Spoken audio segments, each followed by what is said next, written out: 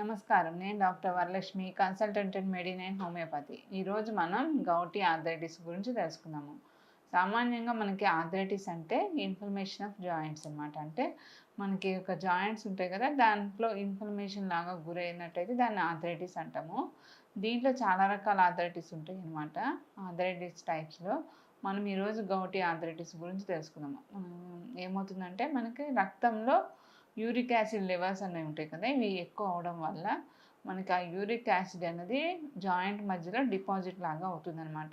ఇది ఒక క్రిస్టల్స్ లాగా అన్నది జాయింట్ స్పేసెస్లో డిపాజిట్ అవుతుంది. దీనివల్ల ఏమవుతుందంటే మనకి నొప్పి అన్నది ఉంటూ ఉంటుందన్నమాట. దీన్నే గౌటీ ఆర్థరైటిస్ అంటాము.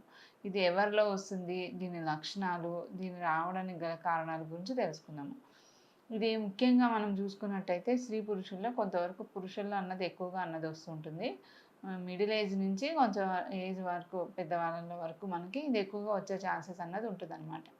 ఇది రావడానికి గల కారణాలు చూసుకున్నట్టయితే ముఖ్యంగా మనకి ఎవరైతే కొంతవరకు నాన్ వెజ్ డైట్ అన్నది ఎక్కువగా తీసుకునే వాళ్ళలో కానీ, లేకపోతే ఎక్కువ ఆల్కహాలిక్ ఇంటేక్ ఉన్న వాళ్ళల్లో, కొంతమందిలో ఇది ఇన్హెరిడిటరీగా కూడా వచ్చే ఛాన్సెస్ ఉంటుంది. దీంతో పాటు ప్రోటీన్ ఫుడ్ ఎక్కువగా తీసుకునే వాళ్ళలో కానీ, లేకపోతే ప్యూరిన్ మెటబాలిజం ఎక్కువగా ఉన్న వాళ్ళల్లో కానీ ఇది ఎక్కువగా వచ్చే ఛాన్సెస్ అన్నది ఉంటుందన్నమాట.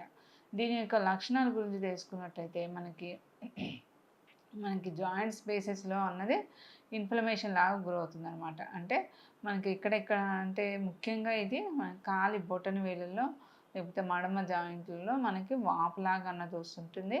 ఆ జాయింట్ అన్నది రెడ్ కలర్లో ఉండి మనకి బాగా పెయిన్ అన్నది ఉంటుంది. ఈ పెయిన్ కూడా అన్నది నైట్ టైం అన్నది ఎక్కువ సివియారిటీ అన్నది ఉంటుందన్నమాట.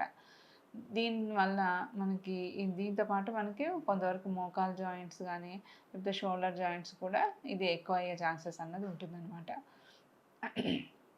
దీనికి ఏమవుతుందంటే కొంతవరకు పెయిన్ కిల్లర్స్ అన్నది యూజ్ చేస్తుంటారు. కానీ అలా కాకుండా మనకి మెడినైన్లో చూసుకున్నట్టయితే హోమియో మెడిసిన్స్ అన్నవి ఉంటాయన్నమాట. హోమియో మెడిసిన్స్ వల్ల ఏమవుతుందంటే ఈ యూరిక్ యాసిడ్ లెవెల్స్ ఏదైతే ఉన్నాయో ఆ డిపాజిషన్స్ అన్నది కరిగించేలాగా, దాంతోపాటు ఈ జాయింట్ పెయిన్స్ తగ్గేలాగా హోమియోలో బెస్ట్ మెడిసిన్స్ అనేవి ఉంటాయన్నమాట. దీనికి ముఖ్యంగా చూసుకున్నట్టయితే మనకి బెంజాయిక్ యాసిడ్ అని, ఇంకా యురేనియం నైట్రికమ్ అని, ఇంకా దీంతోపాటు బెల్లడోనా అని, రస్టాక్స్ అని, లెడంపాల్ అని, ఇట్లాగా మనకి మెడిసిన్స్ అనేవి ఉంటాయి. దీంట్లో కాల్చుకం అనే మెడిసిన్ కూడా అన్నది ఉంటుందన్నమాట. దీంట్లో లక్షణాలను బట్టి, అంటే పేషెంట్ యొక్క లక్షణాలను బట్టి అది ఎట్లా ఉన్నది నొప్పి అన్నది, ఇదే జాయింట్ అన్నది ఇన్ఫ్లేమ్ అవుతున్నది, దాన్ని బట్టి మెడిసిన్ డోసెస్ అన్నది మారుతూ ఉంటుందన్నమాట. దీంతోపాటు మనకి మెడినైన్లో ఓన్లీ మెడిసిన్సే కాకుండా ఆహారపరంగా ఎటువంటి మార్పులు తీసుకోవాలి, ఇంకా దీంతోపాటు ఇమ్యూనిటీ లెవెల్స్ని పెంచేలాగా ఎక్సర్సైజెస్ కూడా అన్నది సజెస్ట్ చేయడం అన్నది జరుగుతుందన్నమాట.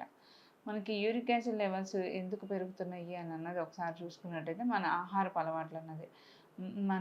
అలవాట్లను ఒకసారి చెక్ చేసుకుంటూ, ముఖ్యంగా మనం ఎక్కువ ఫైబర్ ఫుడ్ తీసుకుంటూ, కొంతవరకు నాన్ వెజ్ అనేది తగ్గించుకుంటూ, వాటర్ అన్నది ఎక్కువగా తీసుకుంటూ, ఫ్రూట్స్ అవి ఫ్రెష్ ఫ్రూట్స్ ఇవి ఎక్కువగా ఇన్వాల్వ్ చేసుకుంటూ, దీంతోపాటు ప్రోటీన్ ఫుడ్ అనేది తగ్గించుకుంటున్నట్టయితే చాలా వరకు మనకి యూరిక్ యాసిడ్ లెవెల్స్ అనేవి కంట్రోల్లో వస్తుంటాయి అన్నమాట. ఇట్లా చేసినా కూడా అది తగ్గటం లేదు, యూరిక్ యాసిడ్ లెవెల్స్ ఎక్కువగానే అవుతున్నాయి అన్నప్పుడు మనం మాత్రం కంపల్సరీ మెడిసిన్స్ అన్నది యూజ్ చేసుకోవాల్సి ఉంటుందన్నమాట. ముందు మనం లైఫ్ స్టైల్ చేంజెస్ అనేది మనం సెట్ చేసుకోవాలి, దాని తర్వాత మనం మెడిసిన్స్ అన్నది యూజ్ చేసుకోవచ్చు అనమాట. హోమియోలో చూసుకున్నట్టయితే ఓన్లీ గౌటీ ఆర్థరైటిస్కే కాకుండా మనకి రుమటాయిడ్ ఆర్థరైటిస్ కానీ, ఆస్టియోఆర్థరైటిస్ కానీ, ఇలాగ అన్ని రకాల ఆర్థరైటిస్కి ట్రీట్మెంట్ అనేది అవైలబుల్గా ఉంటుంది. మీకేమన్నా సందేహాలు, సమస్యలు ఉన్నట్టయితే ఒకసారి మెడినైన్ని కన్సల్ట్ అవ్వండి. Thank you.